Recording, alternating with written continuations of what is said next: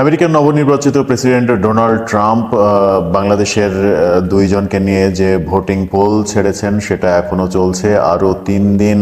এখন যখন কথা বলছি, যদি এটাকে একটু কমিয়েও বলি তাহলেও আরও 3 দিন, 21-22 ঘন্টা সময় আছে ভোট দেওয়ার।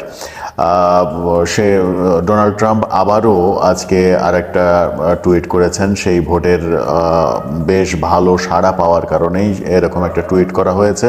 ওখানে যখন ভোটিং চলছে তখন বাংলাদেশে ভোট কবে হবে, আদতেও ভোট হবে কিনা, সেই আলোচনা শুরু হয়েছে। দর্শক, সেই আলোচনাগুলোই করব এই ভিডিওতে। থাকবেন পলিটিক্স টিভির নিয়মিত আয়োজনে।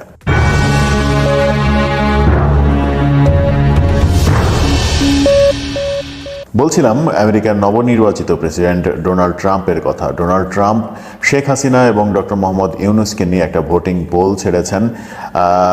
আজকে 1.5 দিন হয়ে গেল, মোট 5 দিনের ভোটিং পোল তিনি ছেড়েছেন।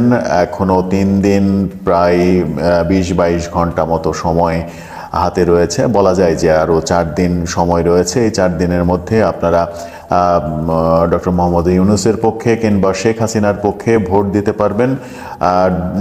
ডোনাল্ড যে ট্রাম্প আপডেট, তার অফিস থেকে যে আইডিটা, এক্স হ্যান্ডেল আইডিটা চালানো হয়, সেই আইডিতে গিয়ে এখন পর্যন্ত আমরা যখন এই ভিডিওটা করছি তখন রাত 8:30 মতো।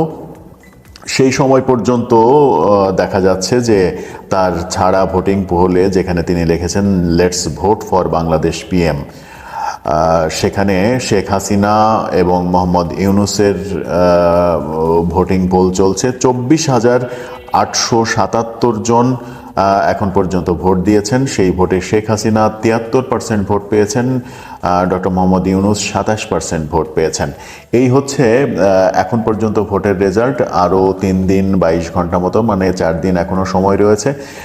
যারা যাকে পছন্দ করেন তার পক্ষে ভোট দিতে পারেন।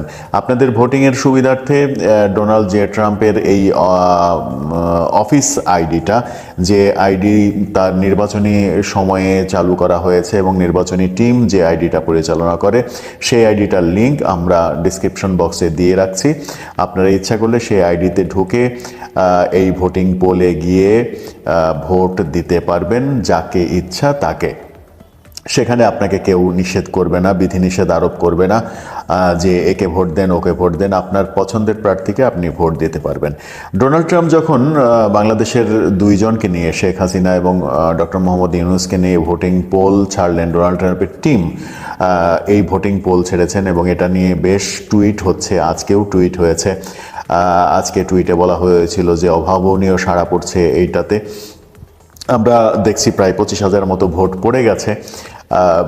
সেই ভোট নিয়ে যখন উৎসাহ তৈরি হচ্ছে, ঠিক তখন বাংলাদেশে ভোট হবে কিনা সেই আশঙ্কা তৈরি হচ্ছে। বাংলাদেশে ভোট হবে কিনা সেই আশঙ্কা কেন তৈরি হচ্ছে সেটা একটা বড় বিষয়। বিএনপি মহাসচিব মির্জা ফখরুল ইসলাম আলমগীর বলছেন, আমাদের মাথার উপর এখনো বিপদ এখনো কাটেনি, নানা রকম বিপদ।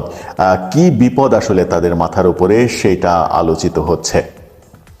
তিনি যেটা বলছেন সেটা হচ্ছে যে ডিসেম্বরের মধ্যে তিনি না, বিএনপির স্থায়ী কমিটি থেকে সিদ্ধান্ত হয়েছে, স্থায়ী কমিটির মিটিংয়ে, সর্বোচ্চ ফোরামের মিটিংয়ে সিদ্ধান্ত হয়েছে এই সরকারকে ডিসেম্বরের মধ্যেই নির্বাচনের রোডম্যাপ ঘোষণা করতে হবে। অর্থাৎ নির্বাচন কবে হবে, কখন করবে, কিভাবে করবে, এই রোডম্যাপ ঘোষণা করতে হবে ডিসেম্বরের মধ্যেই। এটা বিএনপির স্থায়ী কমিটির সিদ্ধান্ত। এই সিদ্ধান্ত সরকারকে জানিয়ে দেয়া হবে। বিএনপির পক্ষ থেকে এইটা হচ্ছে অনেক বড় একটা আপডেট। উপদেষ্টা পরিষদ নিয়ে যে